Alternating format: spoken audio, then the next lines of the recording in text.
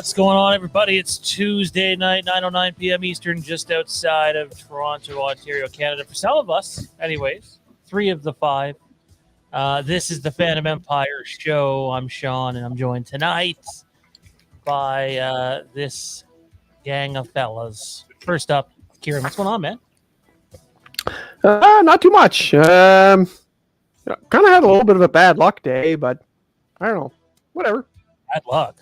Everything all right? Yeah, I got to replace tires on one of my vehicles, and that's like, cha-ching. And my dog is not doing well. That's not good. Fuck the tires. Nobody likes that, but he's an old dog, so we're just putting Band-Aids on everything for now. But anyways, now that I depressed everyone, how about what's going on with Tommy B? Oh, because he's a ray of sunshine. Right? Fuck off. Shit. How you feeling, Tommy? I feel like shit. There's a Bo Burnham song that would be good to listen to right now. You'd love it. Yeah, well, that's me. I feel like shit. You don't say. That's exactly it. Oh. It's all good, though. You know, I just got done coughing for like the last fucking 15 fucking minutes, but somehow I'm holding it together right now enough to talk, so that's good. Whenever you need to bow out, if it's too much, just bow out. No, I'm just gonna cough on it. just let everyone listen to that. Yeah, fuck them. No, you know, I legit just got. This is completely unrelated. I don't know what it is. I guess the shock of being back to work after my 10th, 15th, 20th vacation this year. 77, but yeah. Yeah, right. I just took a fucking nap for like the last half hour, 45 minutes. Woke up enough time to friggin' do the promoing. But at least I feel like I have a little more energy before I fucking crashed. Other than that, just hanging in there. You know, it's Tuesday, I think. a lot of news coming and going, so it's all good stuff. How you doing? There's a lot coming and going. There's a lot we won't even get to touch on tonight. Yeah.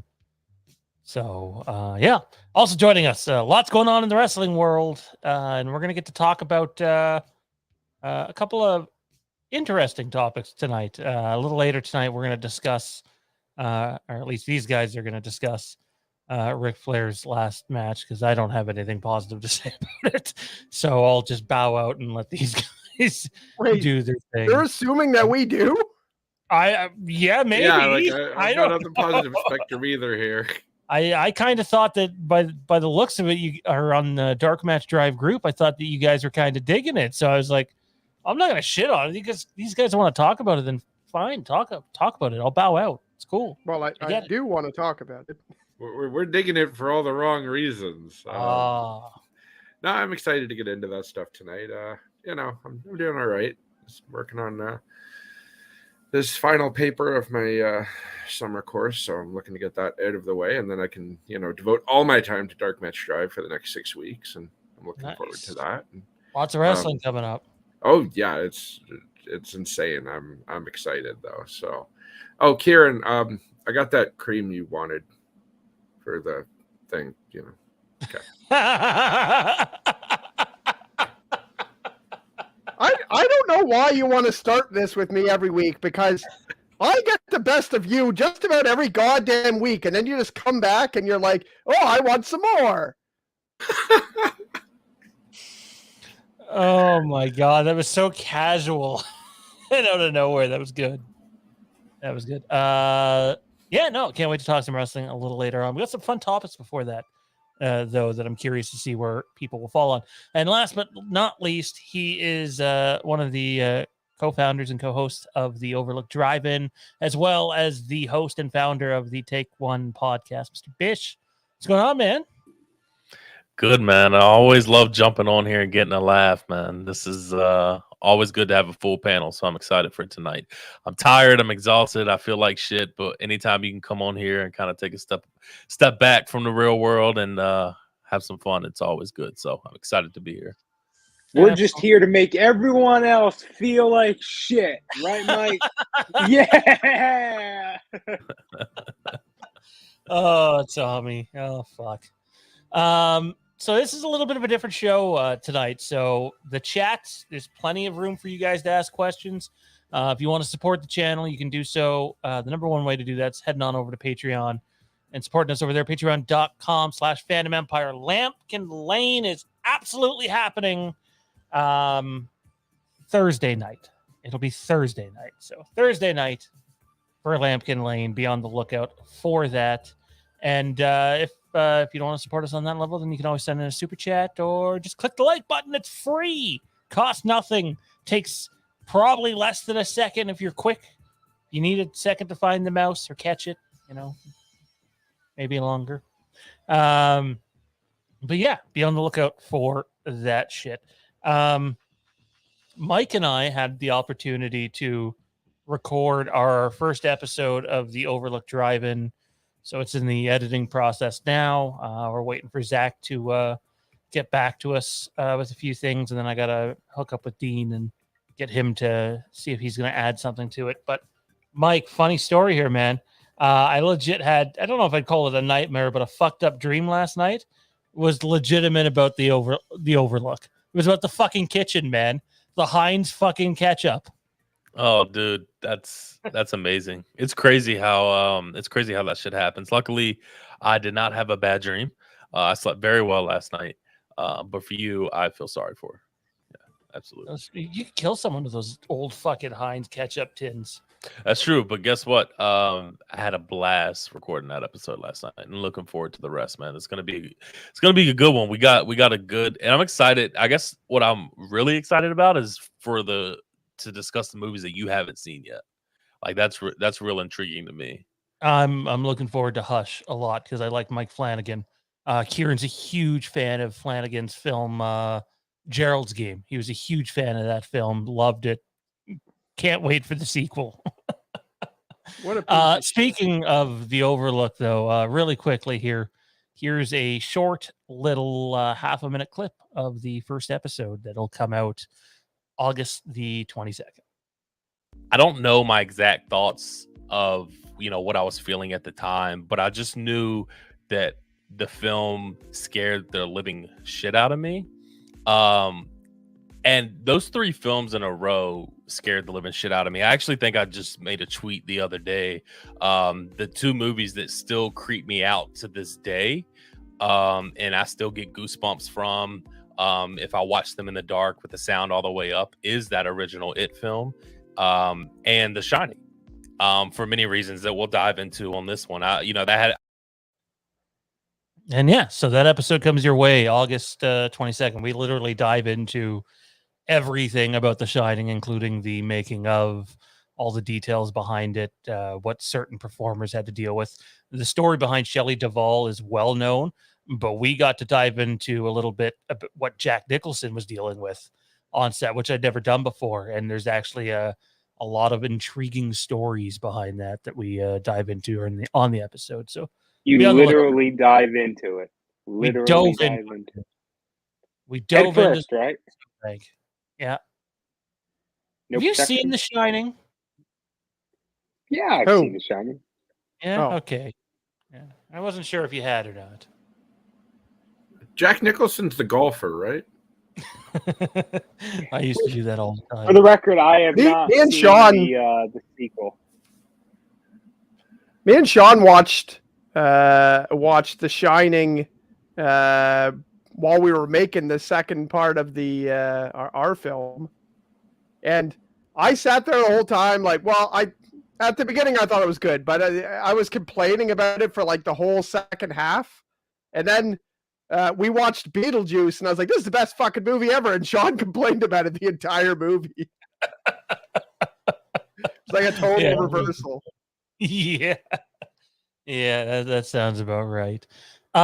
So we there's not a whole lot on tonight's show. We're gonna lean heavily into the chat here, see what's going on with you guys, but we will go through the topics we have at a somewhat decent pace. And first up is there is a brand new Halloween 4K set coming your way from Scream Factory. The details on the extras have not been announced yet, other than that there will be new extras included. They did say, I think it was something along the line of there's some new surprises in store, I believe is the quote they put out there, something close to it. So you will get some new material with this. I don't buy a lot of physical media anymore. I'm just being honest. I don't. When I do buy it, it's got to be something unique. I fucking absolutely love the artwork on this box. Obviously, the box set includes Halloween 6, The Curse of Michael Myers, the theatrical cut, and the producer's cut. It includes Halloween H2O and Halloween Resurrection. It's an 8-disc set loaded with extras. We just don't know what those extras are yet. Now, I don't know if this is the exact bulletin board that we see at the beginning of Halloween H2O. That's literally my favorite part of that movie when we see that bulletin board. So if it's just pulled from there and put on the cover, that's a badass choice. Or if they've gone through the newspaper clippings from all the movies and pieced them together, I don't really know. But I really like the cover art. What do you guys think of the cover art for this? And it comes with the hefty price tag of $119 American. So, and is not available to Canadians, by the way. Canadians have to buy it through an American and have it shipped up here due to some rights issues. So, yeah, that sucks. What the fuck else is new? More shit you can't get in Canada. More. Oh boy, here we go. More. But you want to know the real crime, Sean? The real crime is that I can't get fucking Timmy's down here, fucking Maryland. That's the fucking real crime. Yeah. What do you think? That's a cool. It's a cool box. Cool box art. Real nice. Orange design there to have going on. It's. I honestly don't know what to think about these sorts of things, man. I'm in the same boat as you. I don't buy physical media all that often. Honestly, if I opt for anything from this, this new wave, it's going to easily be for The Curse of Michael Myers. And that's because, as we all know, the producer's cut's included. And otherwise, you're hard-pressed to get a copy of it. Dean Renner says, well, now I know what I'm watching tonight after the stream. Shining Revisit sounds great. See, that's the best time to watch The Shining. The last 2 times I've watched it, it's been in broad fucking daylight. And that's like the worst time to watch The Shining. You want it pitch black, as dark as you can get it. You don't feel like you're going to piss your fucking pants enough during the daylight? Is that what you're saying? No, I just don't feel like the movie has the same effect in the daylight. I've always felt that way, so... And of course, that's the last way I've seen it. It's gotta be late at night. You gotta piss your fucking pants, right? Totally. Whole fucking bladder. Just drink the whole fucking the whole. You obsessed with people pissing their pants tonight, man? Is that your thing? Is that your kink tonight? Yeah, that's tonight's kink. That's the kink of the day, don't you know? Kink of the day. Okay. Today's Tommy B is brought to you by pissing your fucking pants. All right. Lucky for Tommy, I forgot my piss jar. So in about 45 minutes, yeah. Jared, what do you think, man? I think the cover looks really cool. Personally, I think 4K is kind of overrated based on that price tag. I mean, I would not spend that for 3 movies. I don't. Does it come with a blowjob at that price? Because that's because Jared's got 4 cataracts. I probably have more than that. I mean, the cover is really cool, but I can't justify the price of that. I mean, especially if you just bought the big box that they put out a couple years ago. I mean, everything's in there. It just feels like a re-release with, maybe a different version of the movie, sure, but why not just release that separately? If something is specific in there that is a collector's item, just release it separately. In that way, I wouldn't have to, get Halloween 6 or whatever again, or whatever the thing is there. That's what makes them rare, though. That's the thing that that's the thing that makes these things collectible is that like, oh well, you could only get it if you bought you could only buy you could only get the one like $2 worth of assembly figurine if you bought the $140 box set. Like that's what makes the things like, oh well, I got this, and then someone's like, oh, that means you got the box set. Like, Yeah. it's how they make something really cheap worth like a lot of money. It explains why people couldn't afford their cable bill that month. Yeah, pretty much. Yeah. I have a lot of like stupid pieces of junk up here that are like, you know, a lot of Rick and Morty things that are worth like $200 now just because they came with the whatever and they're hard to get now. And it's like, that's how they do it. So I saw a Rick and Morty mask at the dollar store yesterday. yeah, I saw they have Morty masks at the dollar store right now. Yeah. Yeah. Which I thought was kind of weird. The set does include the two versions of Halloween 6, Halloween H2O, Halloween Resurrection, loaded with extras, some which will be new. And then you also get the 3 posters, which I think are 18 by 24. I don't know if there's anything else. I don't think there's pins or records this time around. But it is still a steep price tag. I agree, because, you know, for a Canadian to get their hands on this, realistically, you're looking at about $200 once someone ships it up to you from the States. It's fucking insanity. Mike, you're a big, you collect some physical media, dude. What are your thoughts on this? Is this something you're going to get, or you're going to pass? I'm gonna pass on this one. I think the price is just a little too steep from my liking. I do collect physical media. I've kind of leaned towards mostly steel books. I would probably say the best one I have in my collection is outside of the Jaws steelbook, is the Back to the Future steelbooks they released in 4K, I think, last year. So I do collect steelbooks. This one's a little steep for me. I mean, I do really like H2O, and I've grown to really like 6, especially the producer's cut. So that interests me as well, but it's hard to really justify paying that much for 3 films. I have a really good feeling that in the next couple of years, somebody is going to come out with a Max box set like we got about five years ago, including these new 3 films. So super excited for that. I'm sure that's going to be coming. So I'll probably wait on something like that, to be honest with you, when I can get all of the films. Even if it drops for like 200 or 215, I mean, I can justify paying that in 4K for 12 movies instead of 3 movies at 119. So I don't know if we will see a complete set anytime soon, if I'm being honest, just because of the rights issues. So yeah, Halloween's a finicky series with that, where someone's going to have to pay a substantial amount of money to be able to put them all together again. The last time was by Scream Factory, and I think that was like 8 years ago now. And I never got that set. I think Johnny has it. I know other people that have it too. So you would think it's going to happen again at some point in time, but who knows when?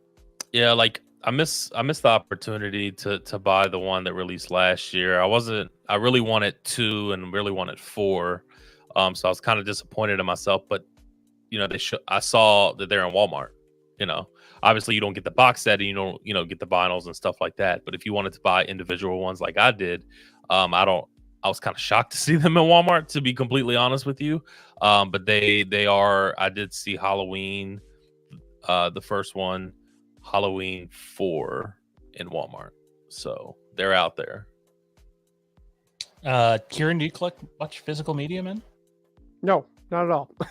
I kind of what I'm down to. I buy some of the DC animated films because they don't go to theaters, and part 1, 2, stuff like sometimes you see them. Like I just finally watched The Long Halloween because it finally became free, and that was like 2 years ago. So, if you want to wait for 2 years, if you don't want to wait, then you got to buy the DVD. And usually at Walmart they become $5 or $10 fairly quickly after they release. So I think I have like 3 or 4 of them. What service is it on for y'all?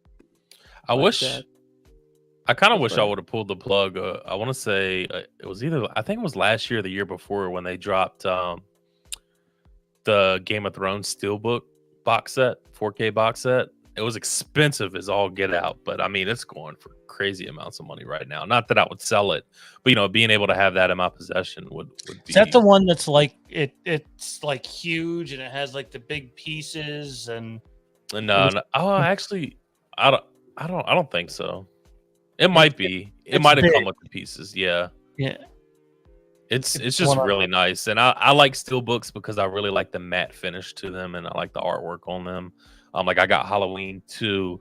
I think it was a FYE exclusive steelbook of it's basically Michael walking out, on fire. Yeah, I have that in the H3 one.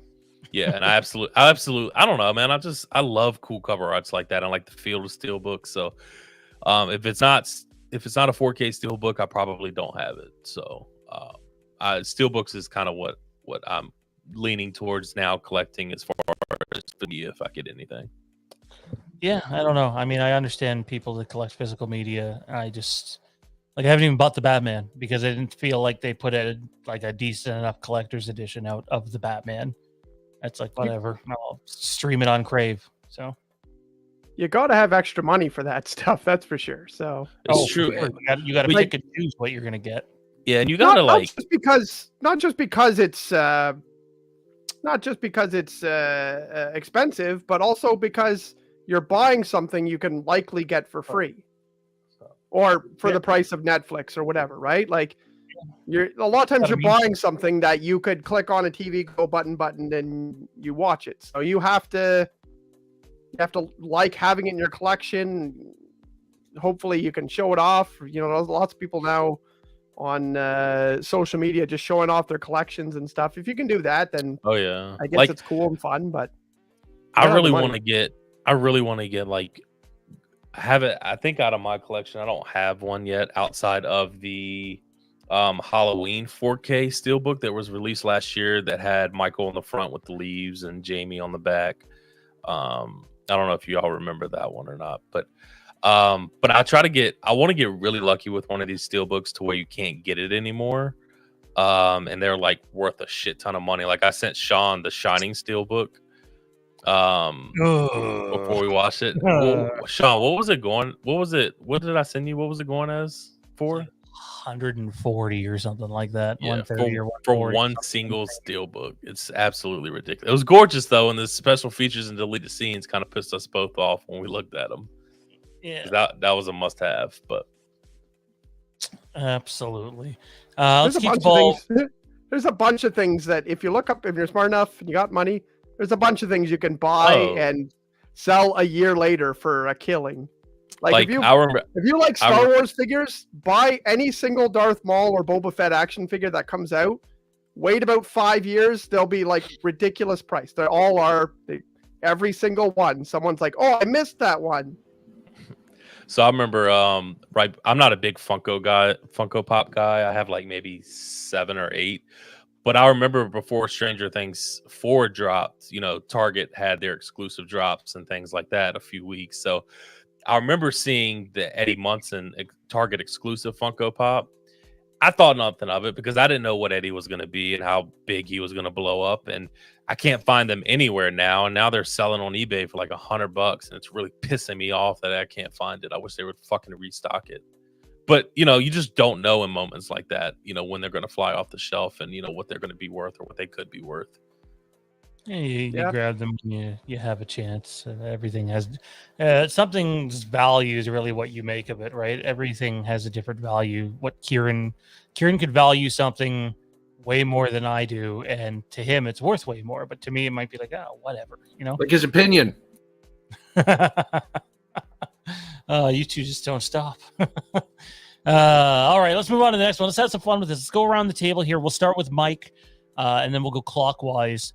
Let's just talk video games for a second. 2 video games that you obsessively played growing up to the point where like maybe other games never just got touched very much because you were playing these 2 games. They don't have to have been at the same time.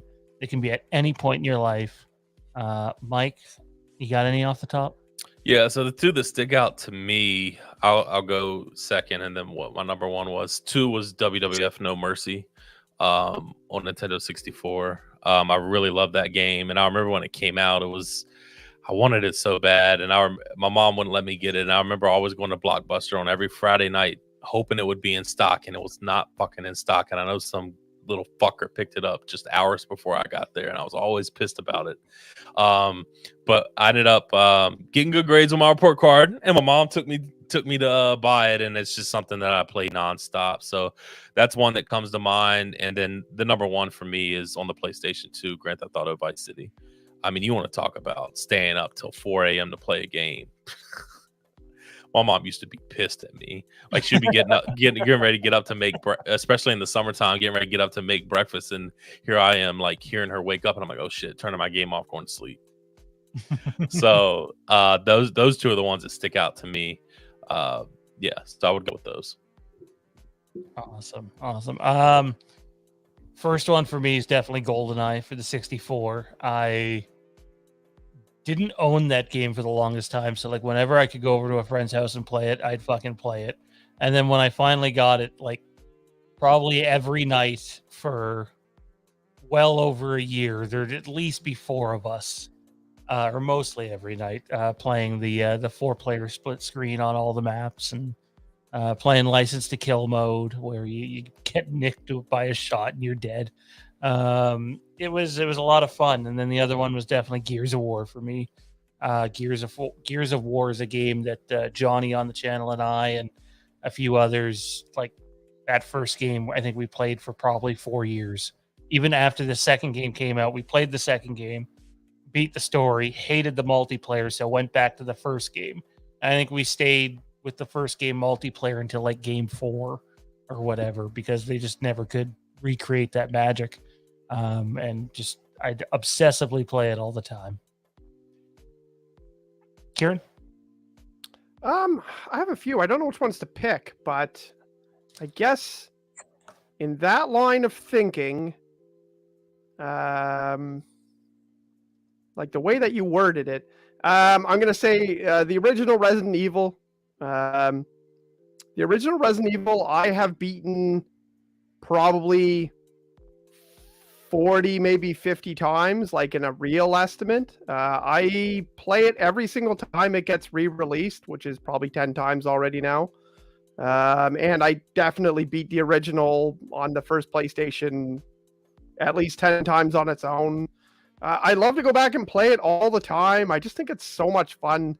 Every time it gets remade, there's like a little bit of a different, well, it's mostly the same, but like there's always like they change the puzzles and things a little bit too.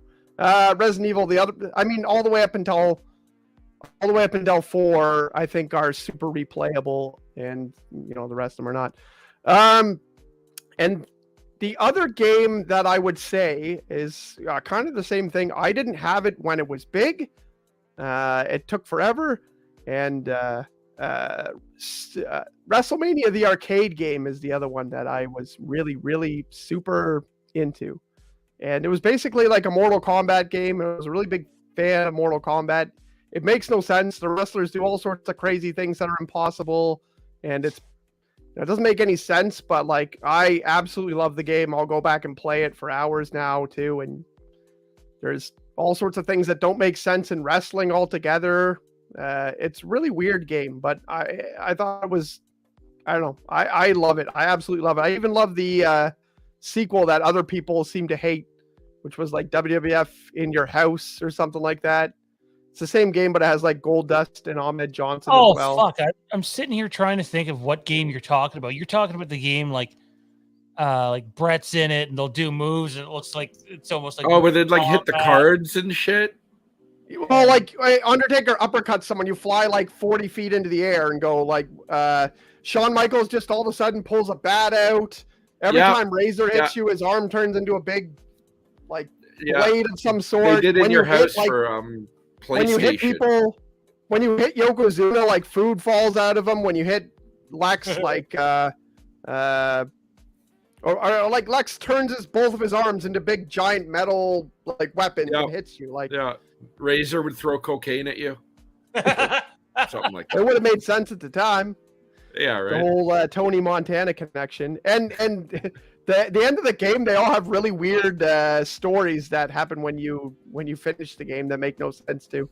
It's almost like, well, it's not almost like, it's definitely like people who knew nothing about wrestling made the game. So, but I absolutely loved that game. And one time, my dad brought me to the video game store.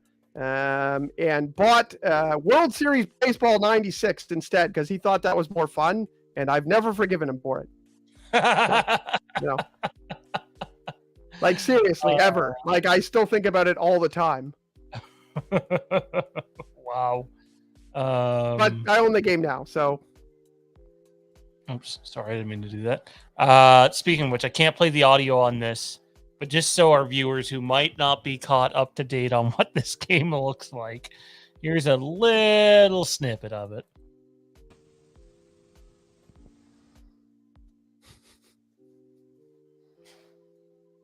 Well, this is the Super NES version, so it only has 6 characters. The Sega version has 8 characters.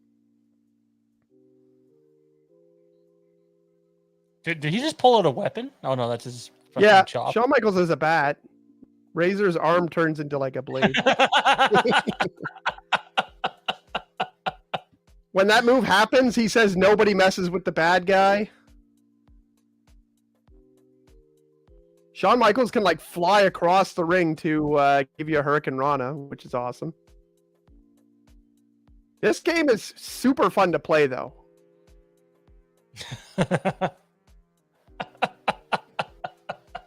Yeah, it was made with the same screen capture stuff as Mortal Kombat was, so it's the same technology. The version same company above, too. The version above this one, it almost looks like the characters are like cut out of a magazine because they look so clean compared to the graphics behind them. Yeah, yeah. Well, it's the same. It's the same thing where they just basically took a bunch of pictures and like put them together, and then they converted it to graphics. Tommy's just dying to play that game. I know he's just terribly sad that he's never gotten to play that game. Until it's the wrestling game that Tommy would like the most. It's Mortal Kombat. Doesn't really resemble wrestling at all. So, yo, Sean, what's up, guys? Great content as always. Appreciate the support, man. As always, it means a lot. And by the way, if anybody else would like to support the channel, just click the like button. The thumbs up doesn't take long. Leave a comment. Subscribe if you can. Stand us. If not, then maybe don't. So, anyways, we're giving you amazing, depressing content right now. So, oh fuck no, the video game talk is great.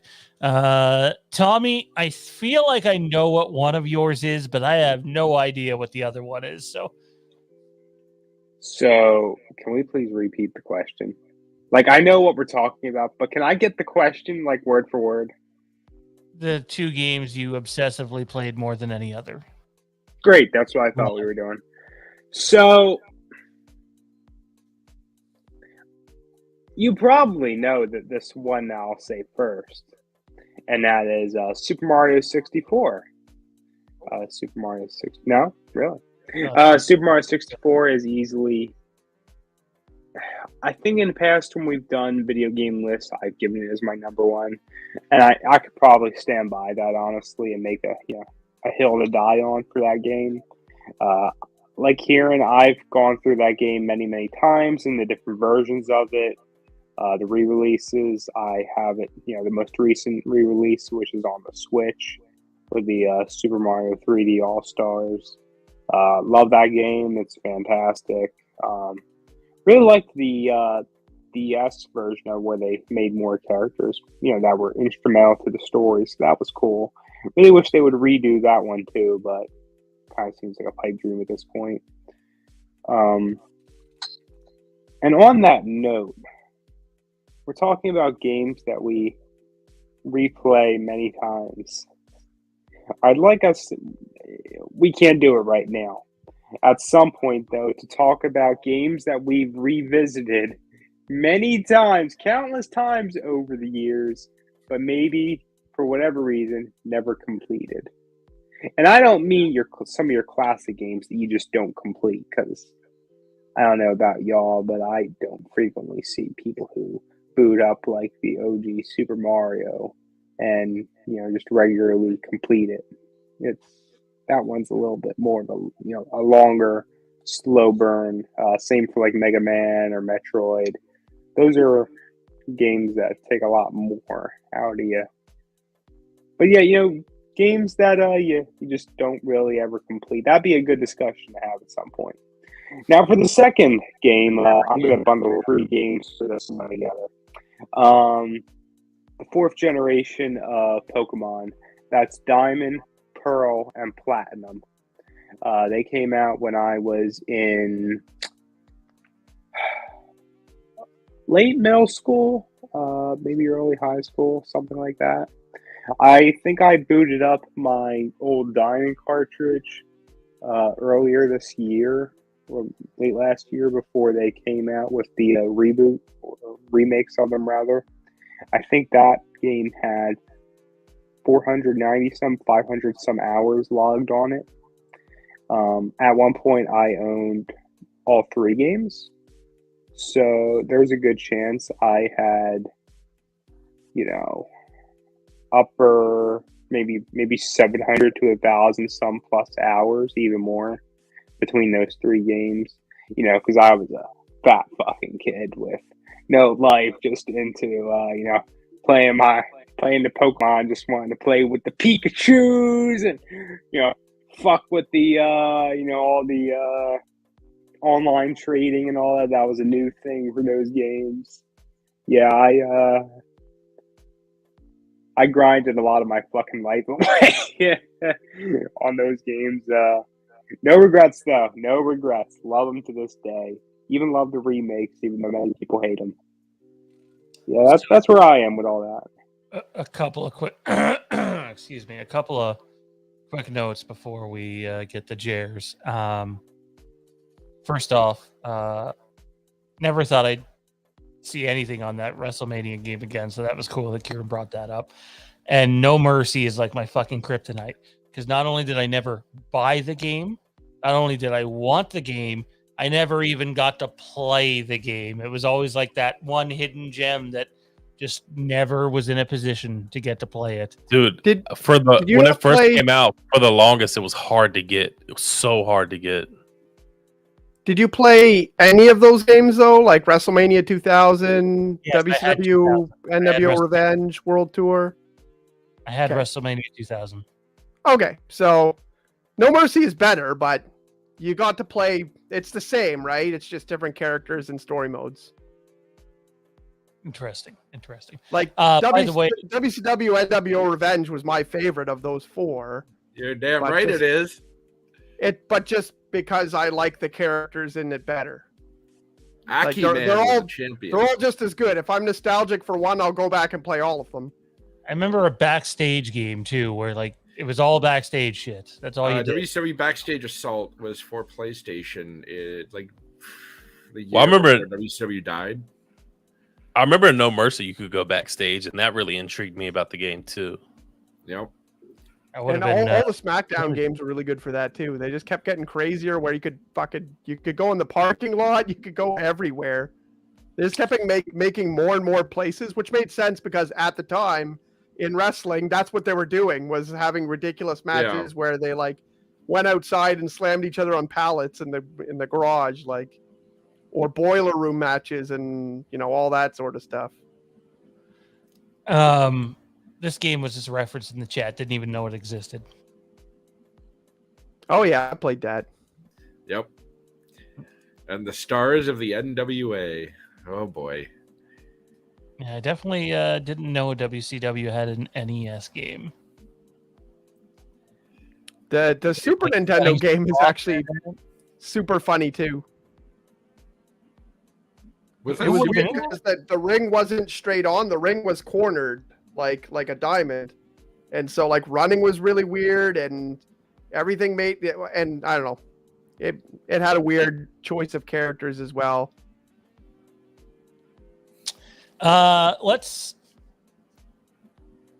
Sorry, I can't tell if I'm smelling fire or not. There'd be a fire alarm going off. You should check if that happens.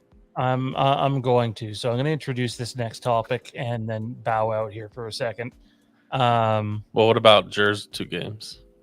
Oh, I'm sorry. Pardon me. Stay and listen to Jared's 2 games while your house goes up. Yes.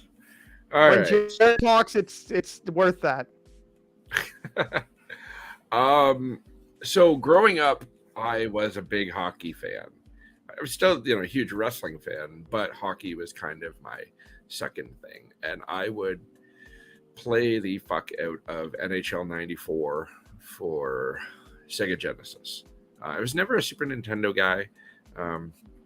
Sega was my thing, and I would routinely get angry and throw the controller because I would lose in the playoffs with the Blackhawks, and it happens. And it's funny because I was never really like a huge gamer. I kind of just drifted away from it and was collecting like wrestling figures and tapes and all that stuff. And then I kind of got back into gaming on the computer. And so my second game is probably Battlefield 3 for PC. I played the shit out of that. And I wasn't overly good at it. Like, it's interesting because FPS games, I'm not very good at the shooting part. I'm very good at the dying part. But I realized that as a medic in that game, I could be very useful.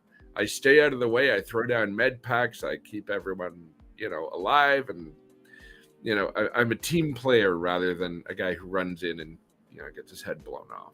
So, and I mean, over the past year, I've been playing nothing but Valheim pretty much for the past year and a half now. So fun, cheap little game there.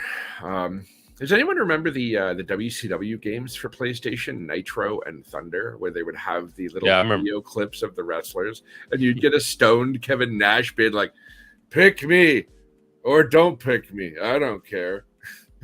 Yeah. Those were great. Yeah, those Dude, were great. That was the best part of those video games.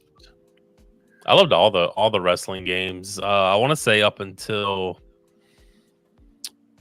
the third Raw versus SmackDown game. Was that the ECW one?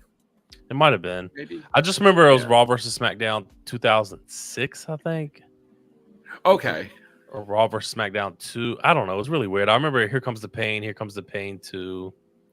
Those are like legendary, right? Yeah, now. Those are really fucking good.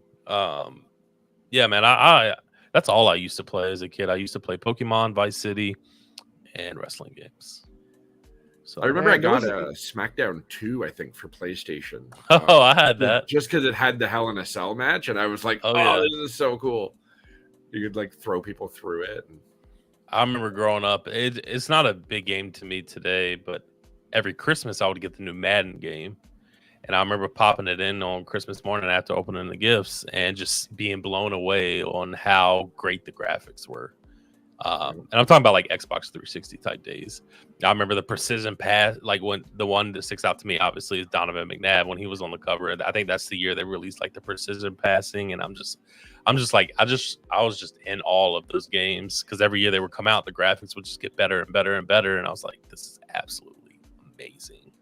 I don't play Madden like that anymore today. But that's a game that's kind of really flatlined in a way. Like, I mean, what else can they really do? Like, outside of playing online, it's just kind of boring now. Like, I remember I was super excited like back in the day, like Madden 06 and 07 when I could create my own player and put them on a team. And now that's just kind of boring in a sense. I don't like that. I don't know. It's just, I don't know if I grew out of it or it's just kind of weird now, but yeah, Madden was a big game too for me that I really liked. I remember just creating my own player and then starting the season. He'd be all 99 and he'd have like 8 touchdowns a game and 300 rushing yards. I'm like, yeah, this is not fair. Just so I used to love playing the SmackDown games, and I used to play with my brother and his friends who are, my brother's 5 years younger than me. So we would play all the time. Kale is, yeah. Wow.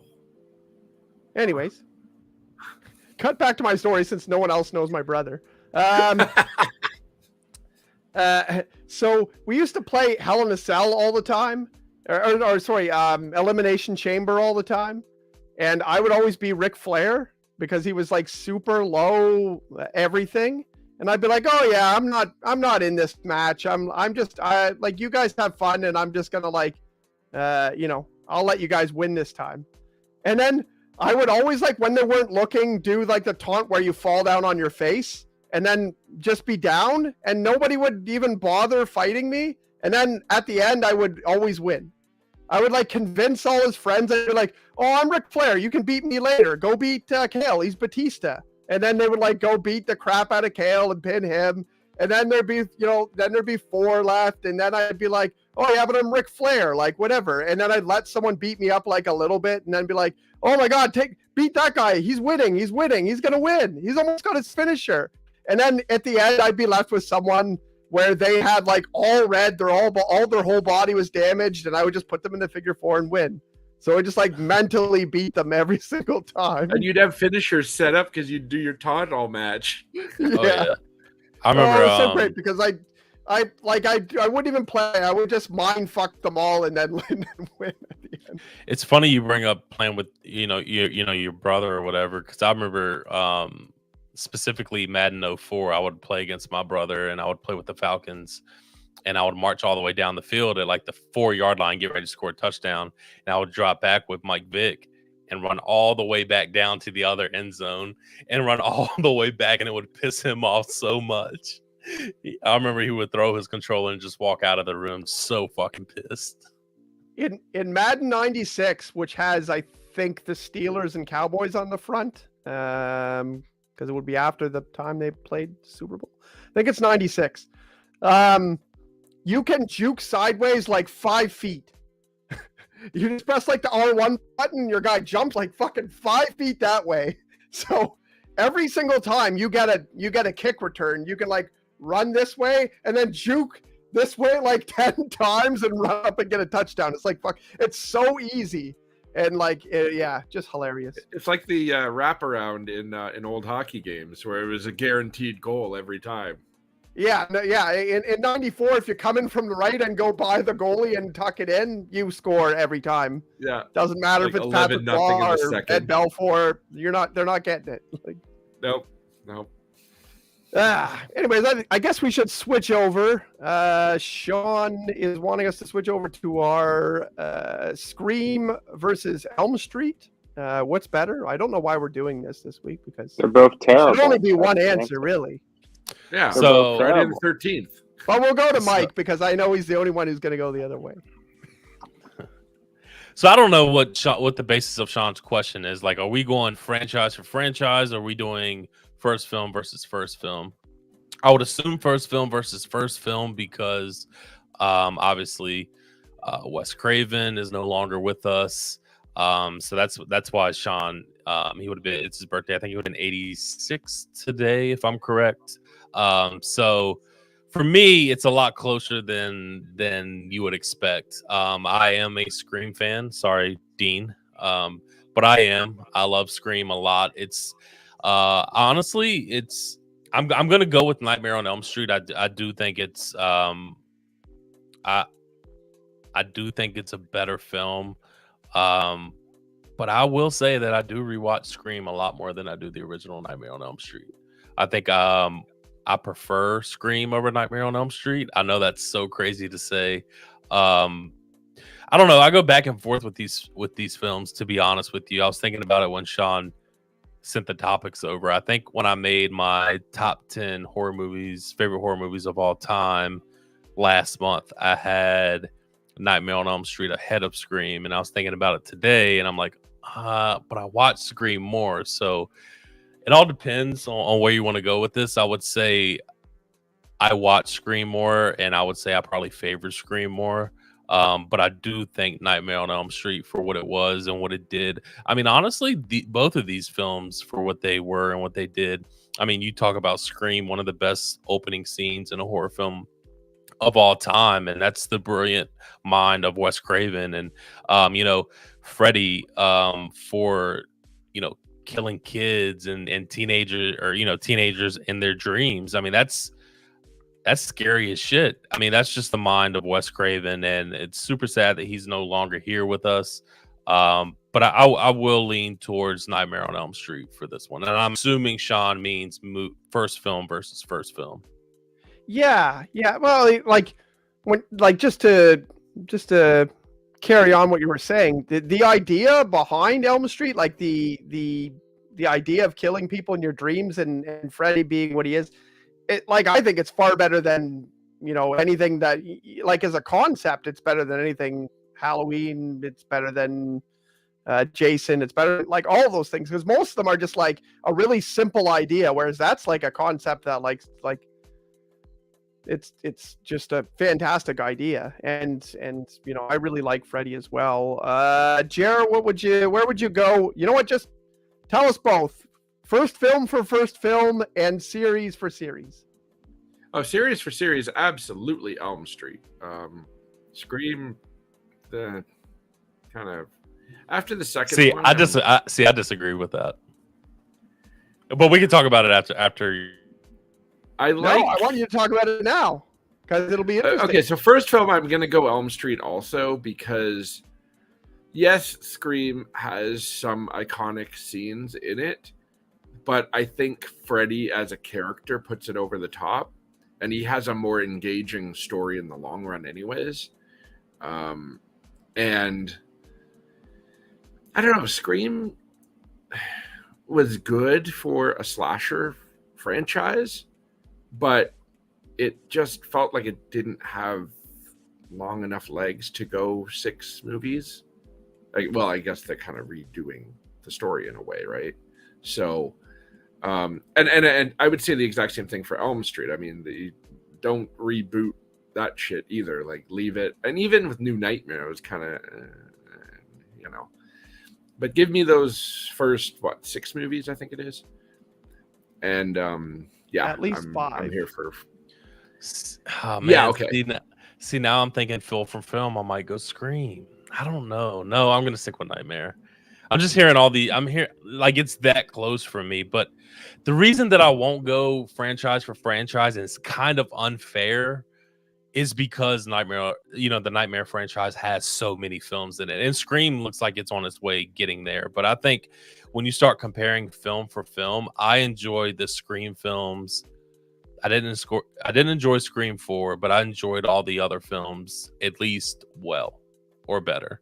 There's the only Nightmare on Elm Street films that I really enjoyed was the first one, Dream Warriors, which is fucking phenomenal. And that trumps everything on either list by Dream Warriors is mile. Amazing. So good. Then Nightmare was like too, but I enjoyed it because it was just, again, Wes Craven going in his bag and thinking outside of the box, doing something really weird and different.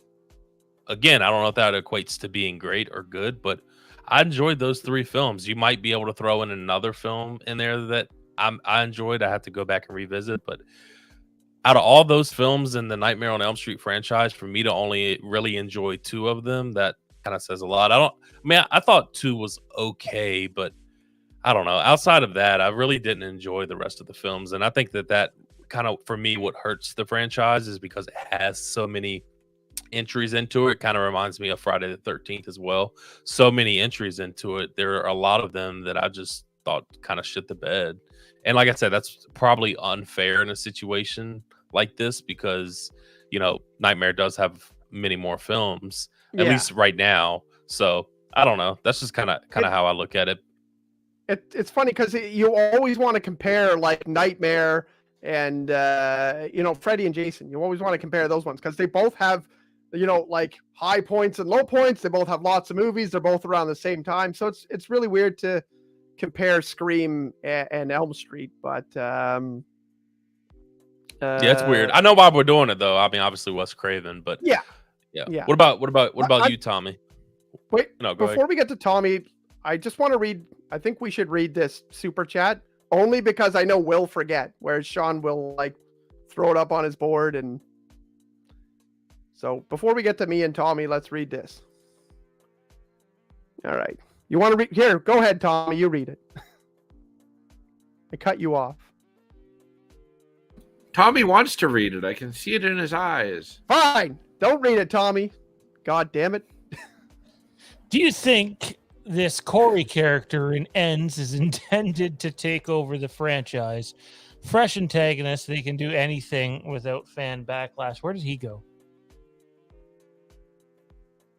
I have no idea. Like, I came. He pulled his phone out and then he froze. So, could you not see that I had highlighted it on the screen when you mentioned it? yeah, I saw it.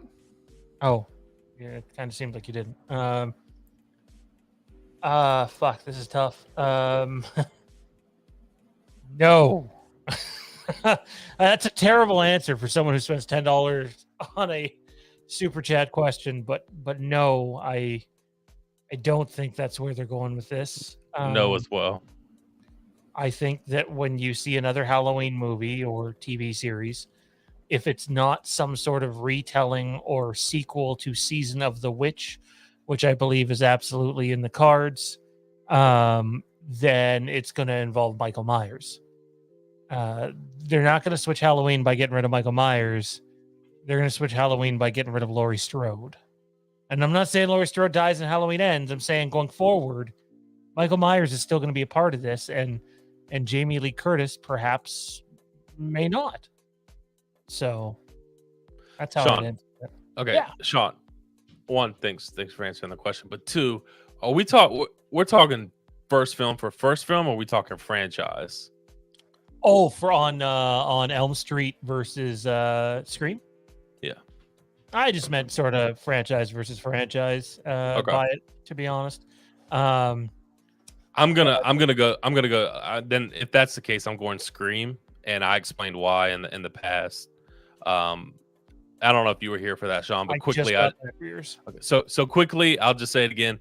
I think it might be kind of unfair, but Nightmare on Elm Street has so many entries in its franchise that I really don't enjoy. The two films that I enjoy really are the original and Dream Warriors. I thought New Nightmare was okay. It was Wes Craven kind of doing something different in a sense, like he always does. So I thought that was okay, and you might be able to throw two in there. But the ones that I could say that I really enjoyed was 1 and Dream Warrior. And with Scream, outside of 4, I at least thought every film was okay or better. So, like I said, I don't know if that's unfair to the Nightmare on Elm Street, franchise.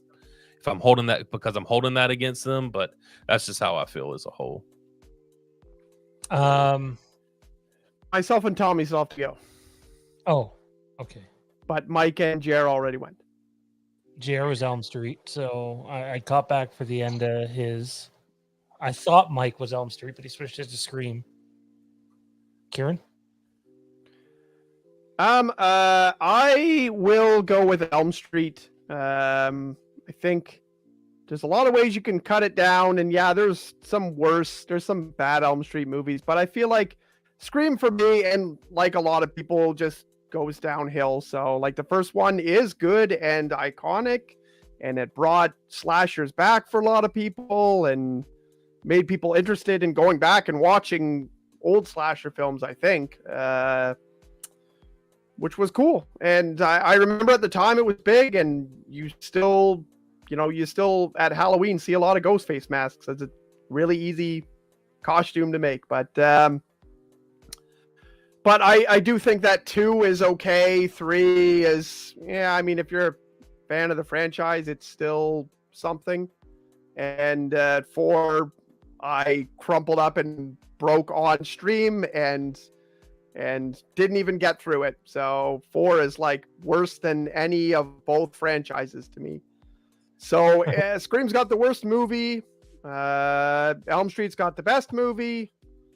I think Elm Street 3 and 4 are the best of the series. I really like the super corny bringing people into dreams and weird teenager super groups trying to fight him.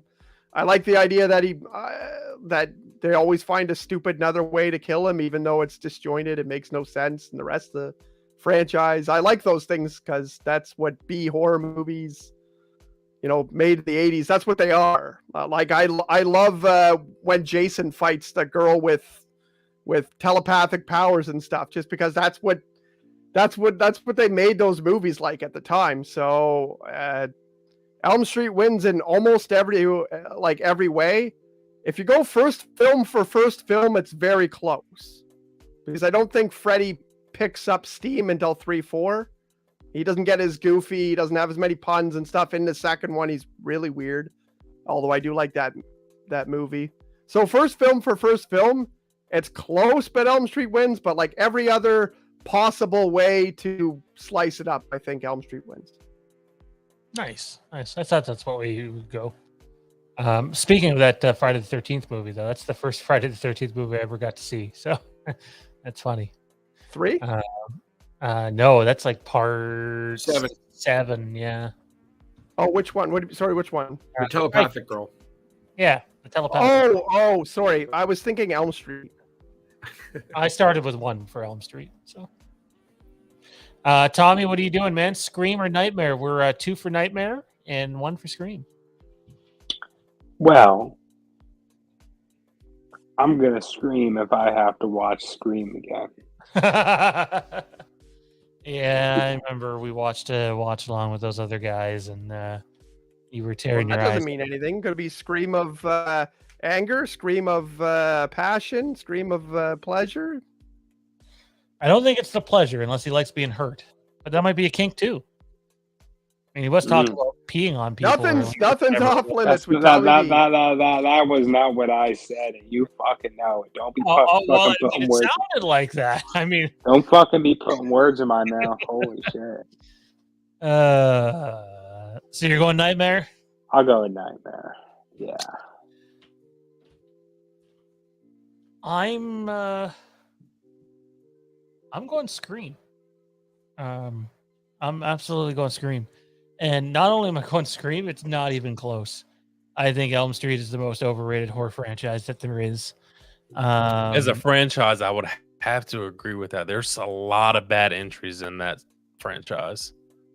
Kieran was talking about like Freddy not gaining steam until like 3 or 4. Well, to me, that's where Nightmare goes. Whoa, okay, hang on. Do you like Dream Warriors? Yeah, Dream Warriors is good, but the further we get into it, the more corny it gets, and it's like I understand. He becomes a character that you don't fear or intimidate in any way whatsoever. He's a pickup line, and I actually think that Scary Freddy is better. And even though people, this is a shit take, I know, but even though people hate the remake, I honestly found the Freddy that Jackie Earle Haley played in that movie to be more scary than classic Freddy. Well, yeah, I mean, it's documented out there that that was their goal. They wanted to go darker with him in that film. So I would agree that I would agree that he is scarier for sure. But I mean, that was their intent. They wanted to make him dark, and I mean they honestly made the whole movie dark. They really dived into the whole child molester thing as well, that they kind of steered from back in the day, which was a big gamble for the remake, because if they steered away from that and kind of held back on that back in the 80s, for them to do that in the 2000s was a pretty big gamble. But it is what it is. And to be clear, I'm not putting Scream on some sort of pedestal either, because it's definitely not. But I think when I look at like Scream 1, Scream 2, I'm giving Scream 1 and Scream 2 the edge over the first 2 Nightmare movies. I'll give Dream Warriors the nod over 3. By far. Scream 4, I don't hate like Kieran hates, but it also just sort of felt like this movie that was just happening to get from point A to point B for the sake of getting to point A to point B. Like I wasn't really invested. But the new one that came out, I dug. Like I thought it was a really well put together movie. And it's kind of crazy, man, because I actually see a lot of people really like Scream 4. I see a lot of people like Scream 4. Yeah, it just feels like there's a lack of. There's a lot of losers out there. So, oh boy. Sorry, That sorry, movie's people in the that chat. movie's like a 0 out of 10. Like it's unwatchable You like fucking Leprechaun. Come on. because it's watchable. I wouldn't say. I will sit here. Now, Leprechaun is better has- than both of these franchises. has everybody Especially when he's in the hood. Stop. Has everybody seen Scream 4 in its totality though? At I least once. I've Did seen you the first 45 minutes. did or you so. know did you know for a fact who the killer was? Like super early in that Yeah, the film? dude with the mask. Good one. Well, actually, I don't remember. I I didn't. shut it out of my head.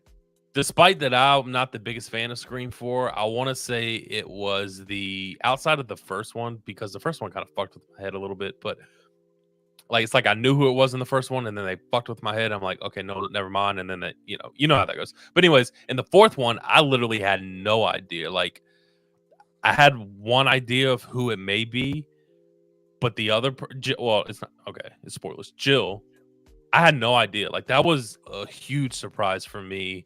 So I would say, as far as shock factor for who the killer was, I would say that was number one on my out of all of the films as far as shock factor. I didn't know who the fuck it was in 4. How many Scream movies have 2 killers?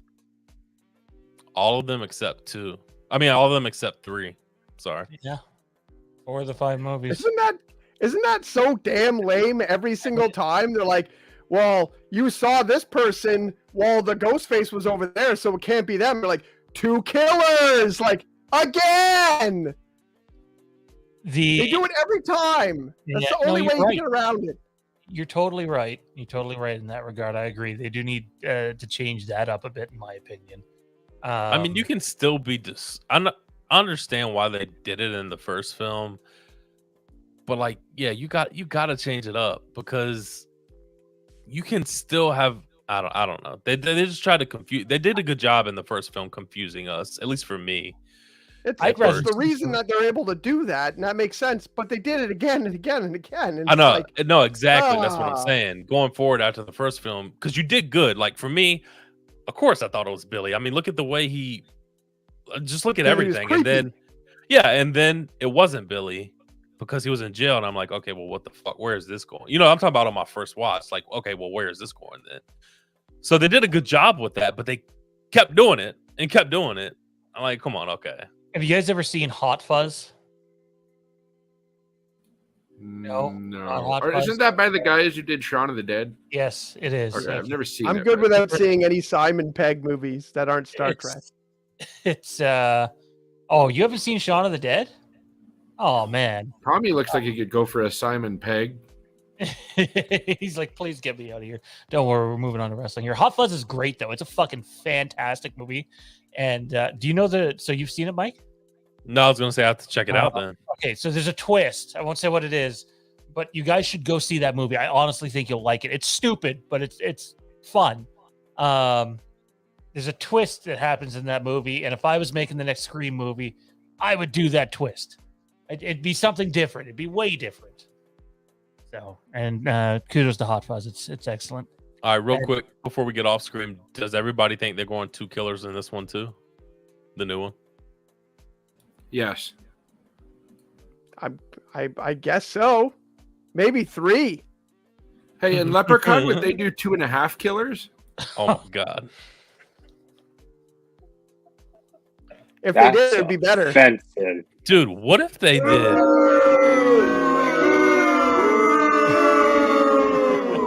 What if they did Leprechaun in the Hood 2 with Busta Rhymes? Leprechaun can do no wrong. I'm not gonna lie, I would watch that. I I'm here would for watch it. that. It's like this fucking Meet me at the end of the rainbow, motherfucker. you just know it's Busta Rhymes in a horror movie, and the premiere is like this MMA tail of the tape, and they introduce Busta first, and everybody thinks it's going to be Michael the rematch, and out comes fucking Warwick Davis. Oh, that'd be gold. That would be gold. Anyways, Mr. Bish, where can everybody find you at, man? What do you got going on? Yeah, you can follow me on Twitter at @MichaelBish_ and on Instagram at @MBish_. You can follow me on all major podcast platforms for the Take One podcast. Get ready to do a countdown to Halloween ends. This week we start off with the original Halloween. I think I have Sean on the schedule for Halloween 4 and 6, the producer's cut. So super excited for that. Just stay tuned for that and be on the lookout. I want to say what, Sean, August 22nd for the Overlook? Yes. Drive-in? 22nd is the Overlook. But August 20. We're Yeah. now not so sure about our second episode. Yeah, no. But it's coming, and you all got a clip of it earlier in the show. It was great. It was fun, and you're definitely going to enjoy it. So be on the lookout for that as well. Yeah, no, we got some awesome episodes coming up. We don't know about the second one, but we have Hush, Jaws, the IMAX re-release, and A Quiet Place 1 and 2 on the upcoming schedule. So. And then October is pretty easy to figure out. Hint, hint, nudge, nudge. So be on the lookout for that as well at the channel. Thanks for doing this, Mike. Yep. See y'all later. Tommy B, I can tell you're dying to get out of here, man. You look like fucking Larry David with more hair. You got more hair than Larry David, but you got the glasses down, man. Where can everybody find your grumpy old ass at? Pissing somewhere? You're peeing somewhere, right? Old? Who the fuck do you think you're talking to? Fucking old. Holy shit. I've never been so fucking offended.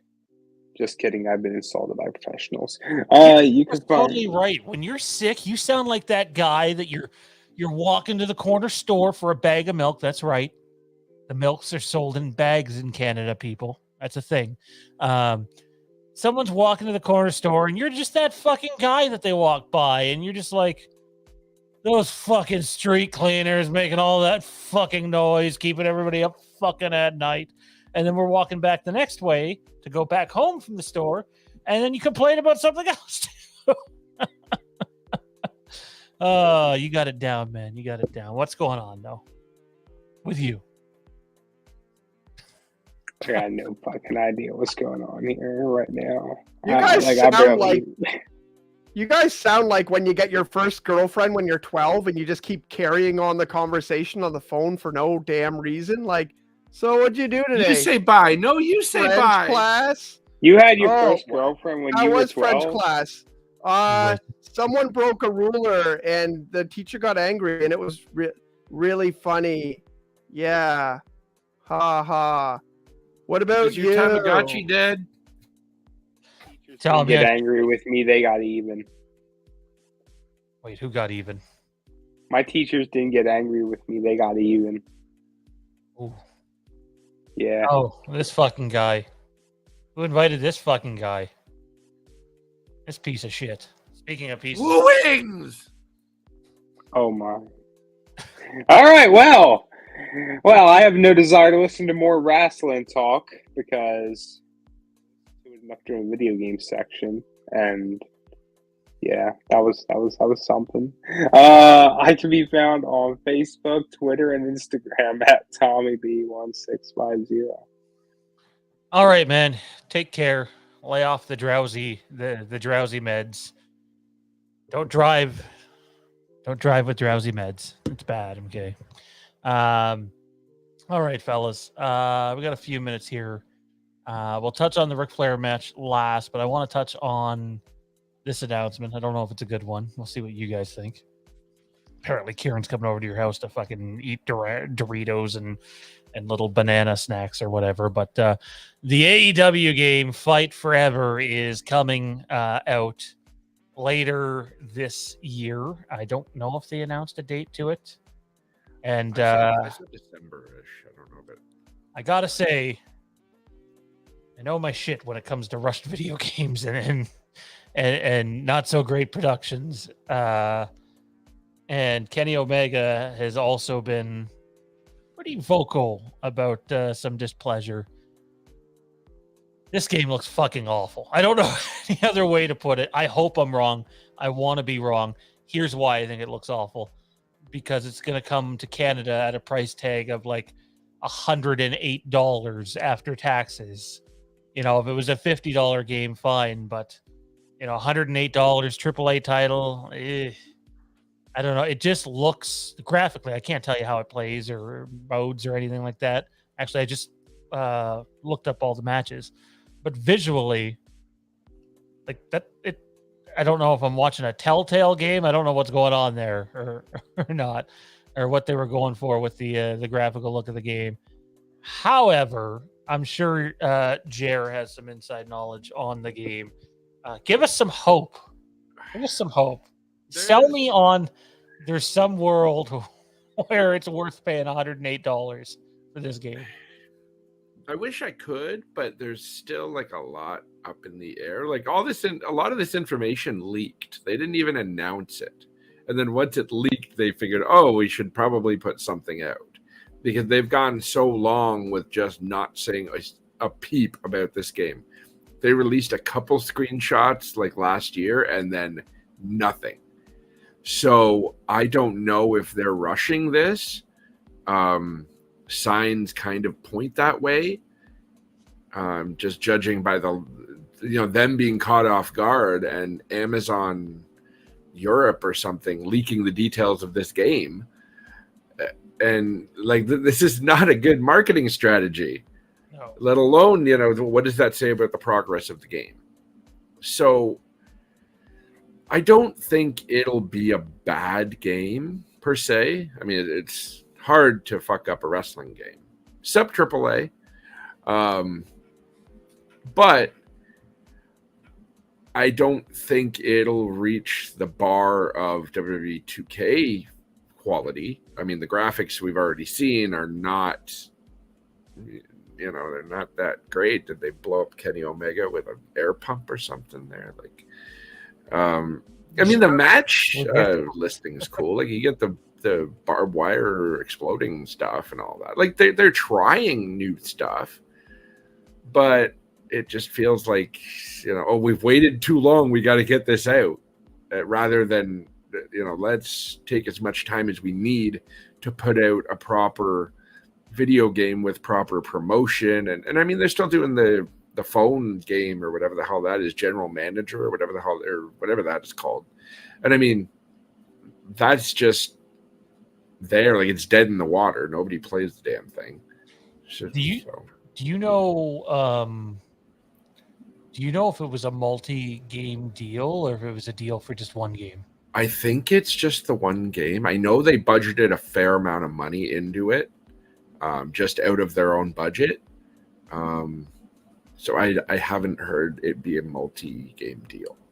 I bet you today, compared to whenever they first signed the deal for that, there are probably better companies wanting to make an AEW game with them than there was at that time. I kind of they're just trying to cut their losses and get on to the next thing. Yeah. I am almost sure that this game is meant to be like an exact copy of the engine that we've been talking about all night. So, really? like super arcade style. It's supposed to be like No Mercy. I've seen that. I've seen clips, and I was just watching a couple down here because I wanted to confirm it. But like, even there's a part where you see the energy bar, and like under Orange Cassidy's energy bar, the bar is gone and it says danger in the same way that it did. Yep. If you watch, you can see that people grappling and then going around to the back because you press R, in which case you go around the back to do back moves. If it's made with that engine, like if it's made the same grapple, strong grapple, those sorts of things, throw wrestlers, and it's done. If you take a look, there's also a piece where it shows Owen Hart come in and he looks really huge and chunky like this. It's meant like it was always meant to be like that.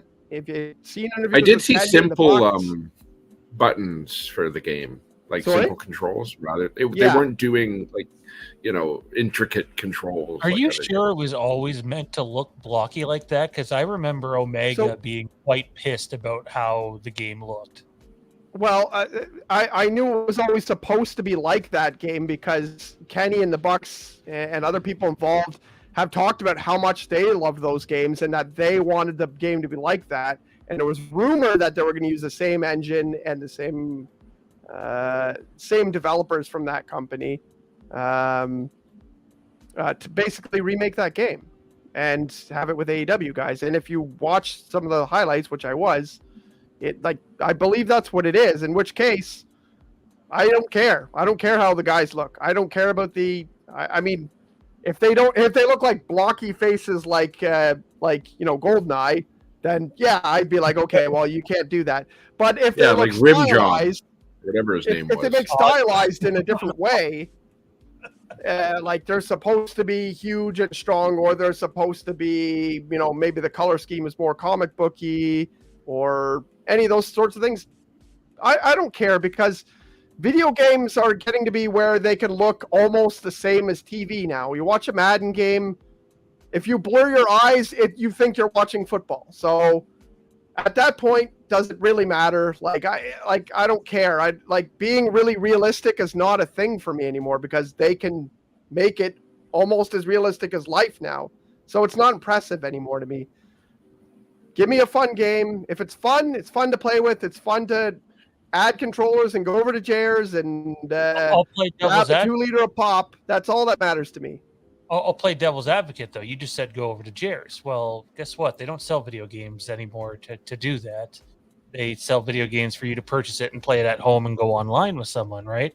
And earlier tonight, we were talking about, is this Halloween set stupidly overpriced? And even as a Halloween fan, I can say, yeah, it's fucking way overpriced. It's insanity. All video games now are overpriced. If this is being priced as a AAA title, at least here in Canada, you're looking at literally over $100. $100, yeah. Game. That's a lot of fucking money, man, to drop on game. I can get over it not looking great, but some of the clips that I seen looked like it didn't play great either.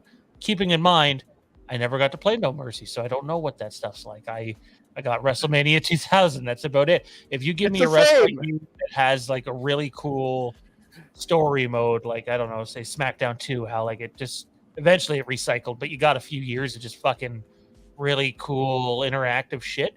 Absolutely. You can sell me on that if you're not the best graphical game. Like, I think they need to get out ahead of this now that this shit's leaked. Come out and say, what the main selling point is of the game now. And don't just sort of leave the leak out there, or have they at this point? I don't know. I don't know if they've actually come out with an official there's no real release trailer, of anything for the game itself. I'm also assuming that this is just going to be, your $89.99 game up here in Canada.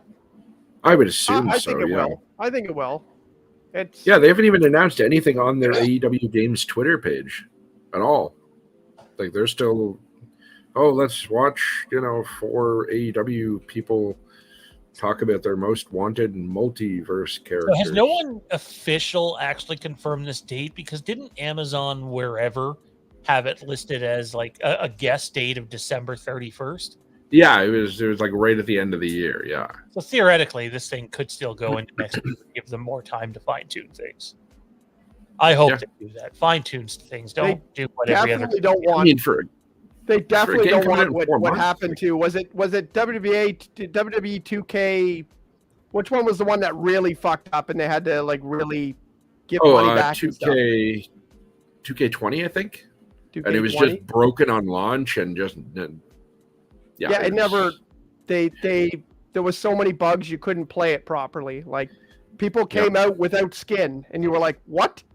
Things just did not work. It was like a monumental failure. But so many places release a game now before it's ready to be released too. It's like, oh, here's Here's half the game complete now. Pay for a season pass to get the other half that you should have got at purchase. Just like the ET game for the Atari. What? The ET game for the Atari. They had to complete it in like 2 weeks or something like that because the movie was coming out. They just wanted a game for it. Oh yeah, and then they all end up in the landfill. Yeah, which is funny because that's what happens to you in the game. You jump over a pit and you die like immediately. It's amazing. But anyways. Oh wait, no, I think that's a different game. But anyways, whatever. Atari. Yeah. There's a famous Atari game where you can't jump over the pit. The first thing they do in the game. I'll hold out That's hope tremendous. that maybe they turn this thing around or offer something interesting. I just know this. If you're going to release a game that is graphically shit in 2022 or 2023, you better hope the game plays well and offers something else. Because if you don't tick those other boxes and it graphically sucks, your game's going to fail miserably and you're going to lose a shit. They're already probably going to lose money on a video game because it's Haven't really you seen hard to Fire control. Pro Wrestling before? I don't know.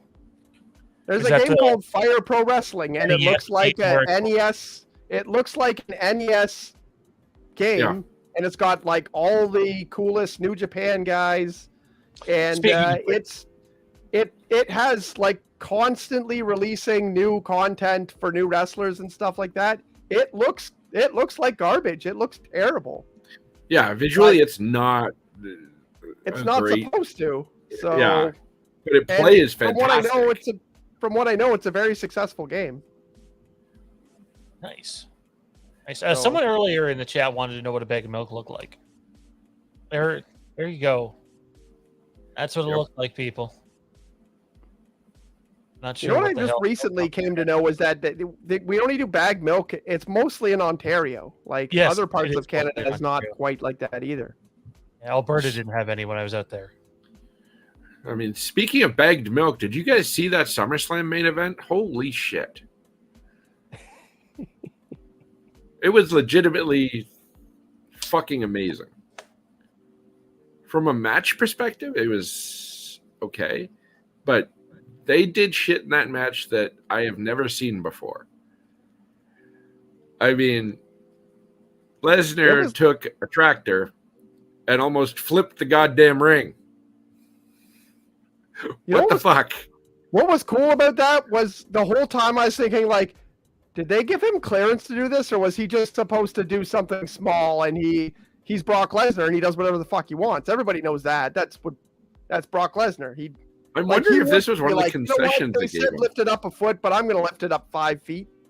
Yeah, Like, right fuck here. you, Just lift it man. up a little So- and Roman will take the bump. And then he's just like, yeah, let's just keep Because going. it was Lesnar, it was legitimately terrifying. Oh, yeah. So I don't know, like, yeah, it wasn't a 5-star wrestling match, but I was actually glued to the television. I was actually Same. a couple times caught myself going, oh, sorry. Yeah. So And Raw last night did a 2.4 million rating. They haven't done that in ages. So things are looking up. I was trying to be optimistic. I went into SummerSlam trying to be optimistic, so I think that probably helps it, helps Yeah. my view of it, because I have a reason to go and try and watch WWE again, because it might change a little bit. But the 3 matches that I saw were pretty good. The Usos are always pretty good, so Yeah. they're good. They're good at what they do. And the women's match that was in between, sandwiched in between there, Rousey and had a neat ending and told a story that made the sense. tap and the count thing. Yeah. Yeah, it was a fucky finish, which is, what sometimes you don't like them and sometimes you don't. You just can't have too many of them in Wasn't that one the card. Punk Bryan finish? Sorry? Wasn't that the Punk Bryan finish or something close to it? Didn't they have it where Bryan almost made him tap, but Punk got the 3 count and then tapped Yep. it? Yeah, something like that. So Not It's a in fun AEW, finish right? because it protects both guys. no, really. WWE Yeah, like Okay. probably 10 years ago when Punk was champ. forever ago. I gotta go back and rewatch those matches. So you guys really like that, hey? Oh, wow. There was 79 minutes of wrestling on Raw last night. I will give credit where credit is due. I think the other day you said there was like 11 minutes or some shit Yeah. on a previous episode, which is nuts. How is that even possible? It's insane how little a wrestling show will have wrestling, but WWE proved it. So I'll rephrase what I said in the chat the other day. Did it have entertainment value? Yeah, of course. I mean, he could have fucking killed someone legitimately. Yeah. He left that scoop in the ring too. It was like above the ring, and I was like, "Oh my god, he's gonna F5 him into the scoop. Someone's gonna die. Like he's gonna suplex him and just wrench his back off there and fucking." I was terrified. Hit the ropes and just losing 4 years of his career. Like it was terrifying. Just get decapitated hitting the ropes. There was entertainment value for sure. I did also love when they were announcing the wrestlers and Brock was standing on top of the scoop as if to look down on Roman Reigns and then grab the microphone and announce himself. And then he threw the mic down and Roman looking up at Brock was just like yoink, catches it in midair. Yeah. And hands it to Paul. And Paul took a great bump too. I mean, he's a fucking walrus, but he took that table.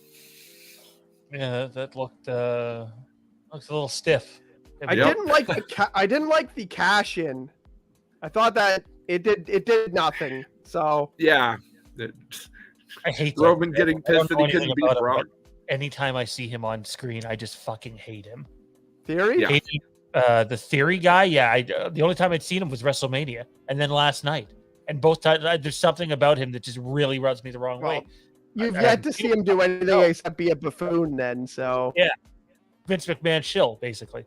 That's all I've seen. So, he's just not a main event guy. I don't know. No, it had entertainment value for sure, but... Yeah. I watch wrestling to watch wrestling. I get it's different for everybody, and there's different companies out there, too, that buy into the whole, where everything's kind of spoof driven. Not to say that was meant to be spoof, but that's not why I personally watch wrestling. So for me, it was kind of oh wow, you legitimately have nothing left to do with these two, so this is what you're doing. That's what it felt like to me. And to me, that's why I like AEW. AEW is the closest to wrestling I've had, mainstream, I've had to when I was a kid. So that's why I like it. That's pretty fair. But I understand why people are oh my god, someone could have fucking died from that incident. I get that. It was something to watch. It was something to watch. It was it's one of those car crash type of things where you were what the fuck is going on here? And that's not gonna. You can't do that every night. They can't do that every pay-per-view. No, but 10 years from now, you're going to go back and say, "Hey, remember that tractor match?" And you're going to remember. So yeah, I can't fault them for that. It's so weird. I don't follow WWE other than when I'm on here talking with you guys about it, and I seen a lot of discourse on the Dark Match Drive on Facebook about was Roman going to drop the title. I don't know about you guys. To me. And again, I wouldn't know, but it felt like I already knew the result before it started. There was no way Roman Reigns was losing that match. To me, Roman Reigns is going to WrestleMania still the champion, no matter who fights him in between. Yep. Yeah, it's once you build up to this point, there's only one show to build up to with that. There's lots of things that happen. WWE's been famous for a while for, WrestleMania happens in April. So a lot of times something that's happening in December and January, that's not the right timeline. September, October, and then it's really good. They're cool, let's stop having these two wrestlers fight each other because it was really good, and we'll make them fight again at WrestleMania. They've done that quite a few times. And the reason is, they save everything for WrestleMania. They try to save up every penny, every little thing that's oh man, that got a really good crowd reaction. A lot of times if you make notes, you can say, oh yeah, they're going to do that again at WrestleMania, or they're going to save this for WrestleMania, or the blow off for this match will be at WrestleMania, or so and so superstar that seems to be getting lots of chance is gonna be doing something at WrestleMania.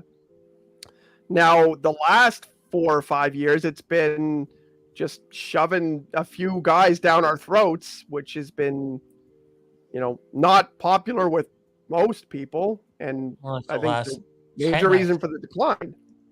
But well, yeah, they haven't sold the stadium out, and God only knows.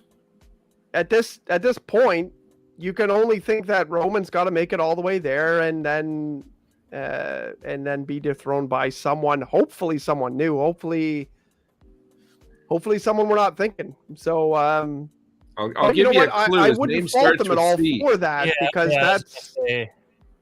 I think they're building up to Cody versus Roman here. But that would be excellent. That would be so good. Yeah, I agree. It makes so much sense. It's definitely the bloodline versus Cody and his bloodline. Yeah. Got that AEW aura to him too. He left that company, came here, that was referenced, and Well, and Cody, and I mentioned this before, Cody wrestled WWE style the entire time he was gone. Really, he didn't change anything. He did. He wrestled. He was the only person in AEW still doing the main event style or New York style wrestling the whole time. He'll take crazier bumps, sure, but going slow, selling, making everything seem like a big production. I still remember the first time when we saw him wrestle in the first kind of AEW pay-per-view. He wrestled that the Magnus guy or whatever. What was his name? What's his name? Oh, Nick Aldis. Yeah, Nick Aldis. When he wrestled, it was the same. You watched the rest of the card, and the rest of the card was all sorts of wacky different things. And then you watched the Cody match, and you were like, he's still doing it. He's still doing WWE style, and architecture of his matches were still that way. So it made perfect sense when he came back. He brought over a bunch of the fans. I was interested in watching him when he came back. And he could still be a WWE guy as well anyways. So, because he's always going to have that connection. He started there. He did well there. Not as well as he wanted to, but he's also fucking 40 pounds heavier now. So that helps. Yeah.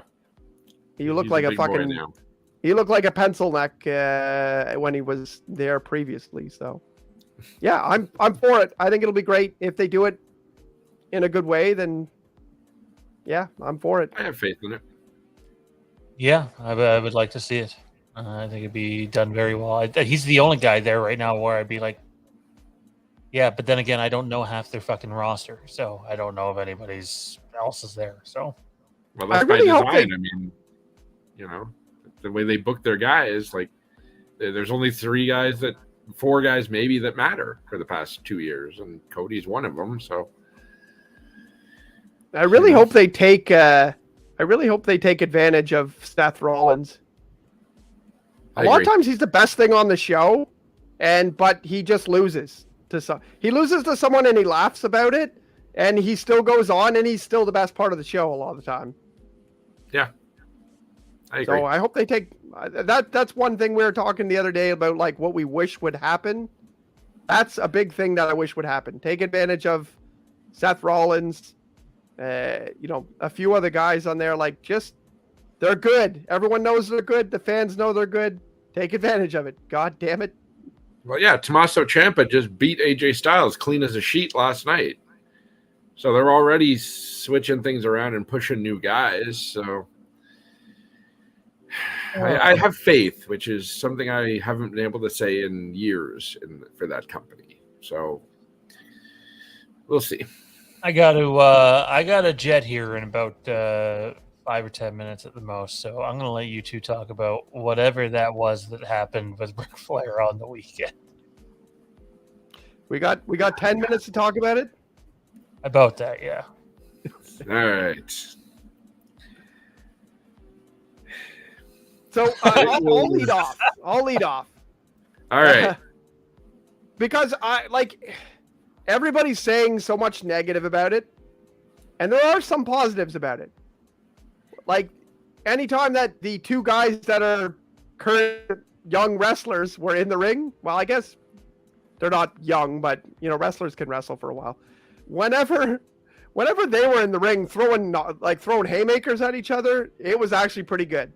And there was quite a bit of things that made sense when they were in the ring. The only problem is this match was for Ric Flair, and Ric Flair was really, really bad.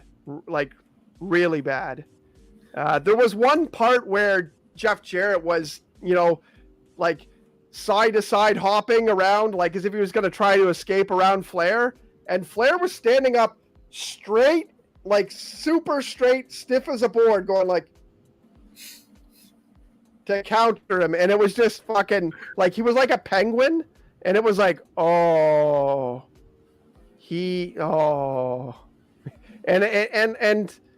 I mean, other than the fact that he could throw chops and they weren't very good, but when you do this and the guy goes wham, it still looks okay. Him throwing chops, him throwing punches was okay, but everything else was bad. And the absolute worst part of it for me that I absolutely couldn't stand was when Andrade had to go and so tired and he had to go and tag Flair in so he could go for the pin. But Flair was dead on the apron. So it made no sense for Andrade to be hard, to go over and tag him in because he was dead. He wasn't moving at all and bleeding everywhere. And Andrade was like, I'm out of energy. I better go tag this old dead corpse in to finish the match. And he had to kind of... It was the coldest hot tag ever. Yeah, it was a hot tag where the next guy is supposed to be like, tag me in, and he's just, whatever. And no, he didn't even know where he was. It was rough. And it was so funny that the suplex that everyone's talking about, you see the suplex highlight all the time. It's funny because the commentators are legitimately like, don't do it, he's gonna die. They weren't like, oh no, he's gonna win. They were like, stop, he's gonna, you can't do this, we can't end with a death. It was yeah. But in the end for me, and I'll let you go on this after, but in the end for me, it, what was it going to be? We saw the slow decline of Ric Flair for a long time. And had he kept wrestling this entire time, maybe he'd still be able to move and think a little bit better. But at that age, when you stop and then you decide to come back after a couple years, you can't you can't do it. You can't. It was never going to be good. So I think it was probably as good as it was ever going to be anyways. So I don't know what your thoughts are on it, but that's pretty much what I got out of it. Pretty much the same, honestly. Going in, obviously you had the whole, oh my God, I really don't want to watch this old man die in a ring. And you surrounded him with guys who could go. Even Jarrett. Jarrett is perfectly fine with what he does. I mean, he's not Ray Phoenix out there, but Jarrett is a very good professional wrestler and a perfect guy opposite Flair.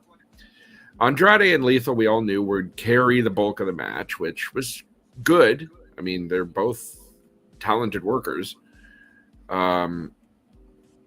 We knew Flair was going to get color. That's Flair pretty much promised he was going to wear a blade on every finger. But yeah, that hot tag just feels like it sticks out because it's a perfect. It exemplifies what we all knew this to be, and kind of didn't want to. Everything Flair did was at half speed, if that. And we would have forgiven Flair for half speed. But this was Flair at like, a quarter speed, if that. And just looking at him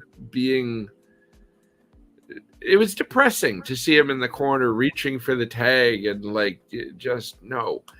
And Flair said he didn't remember half the match.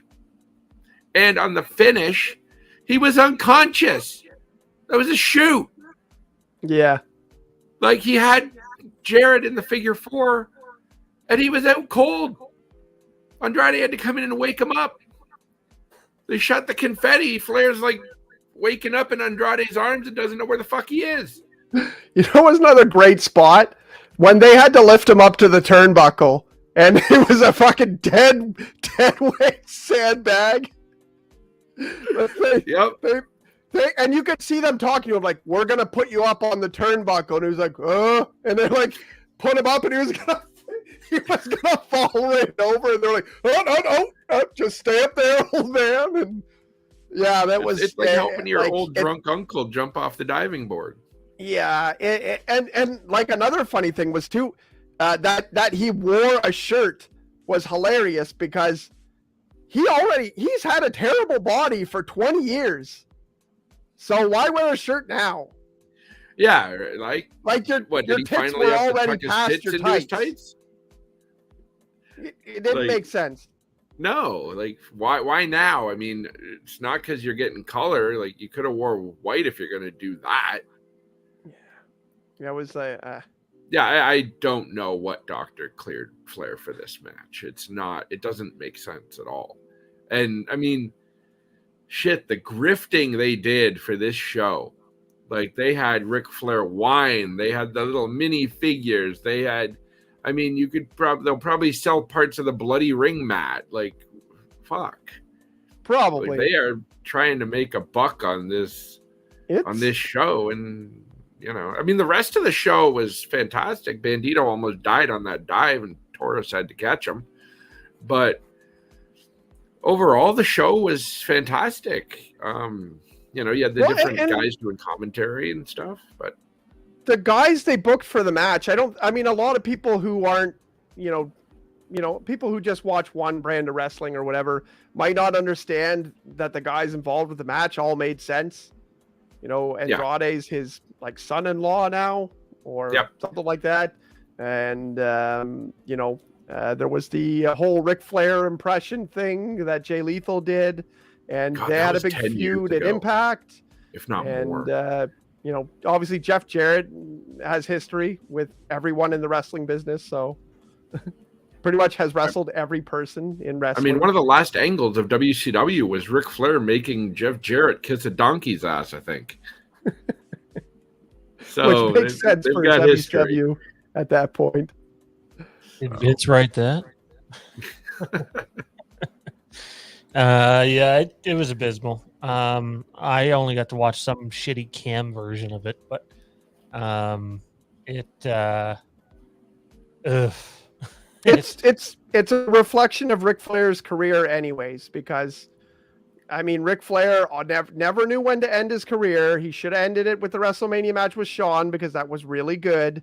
And he couldn't because he still has a lot of bar tabs and he still has to pay money out to so many people. Like the Ric Flair documentary, he admits to himself, like he admits all of his crazy mental problems. And like, it's a reflection of Ric Flair. It really, in a sad way and in a good way. We've watched his decline for the past 20 years.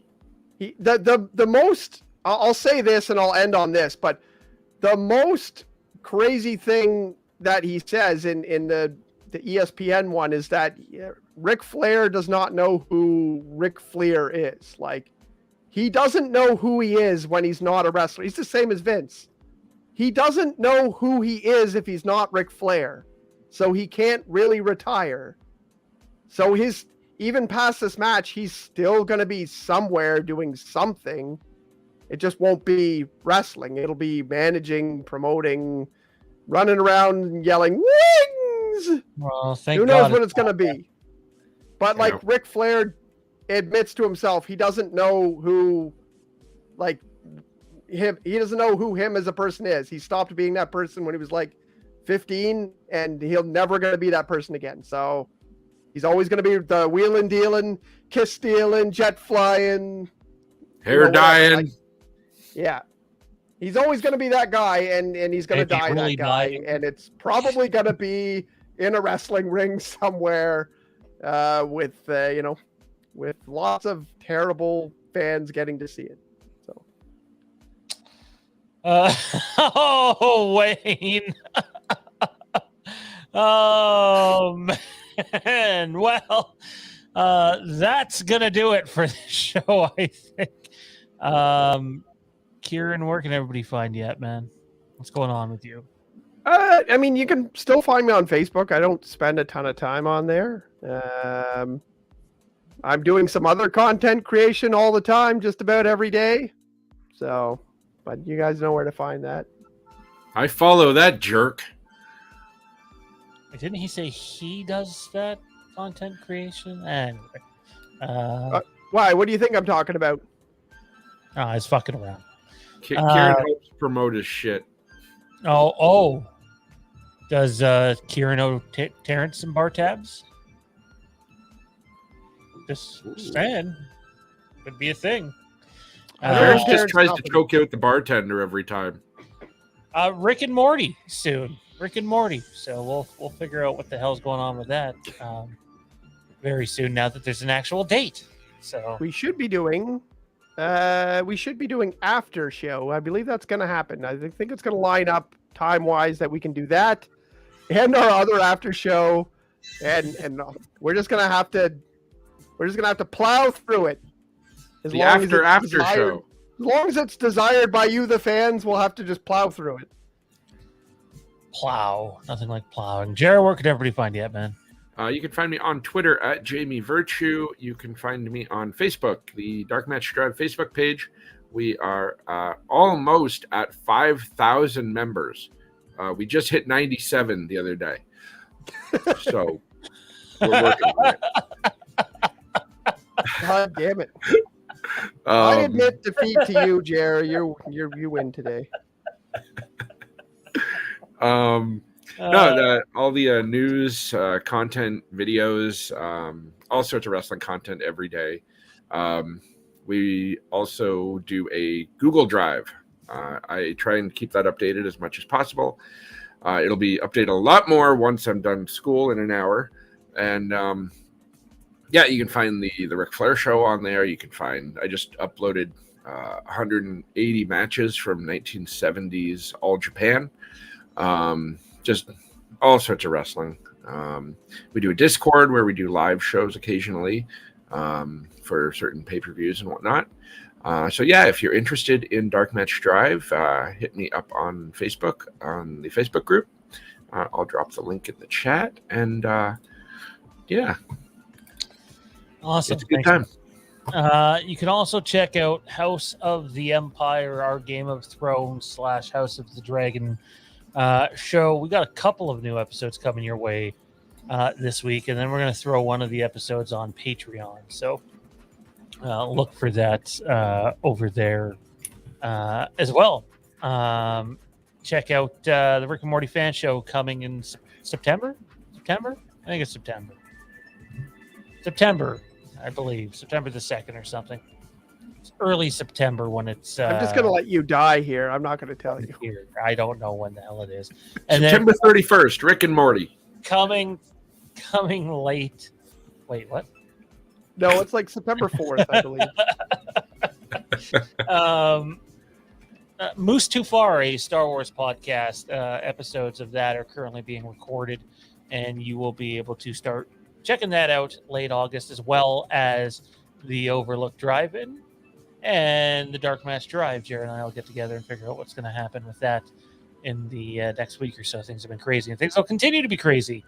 I think Mustafa Ali was on Raw last night. Oh, you're pushing it.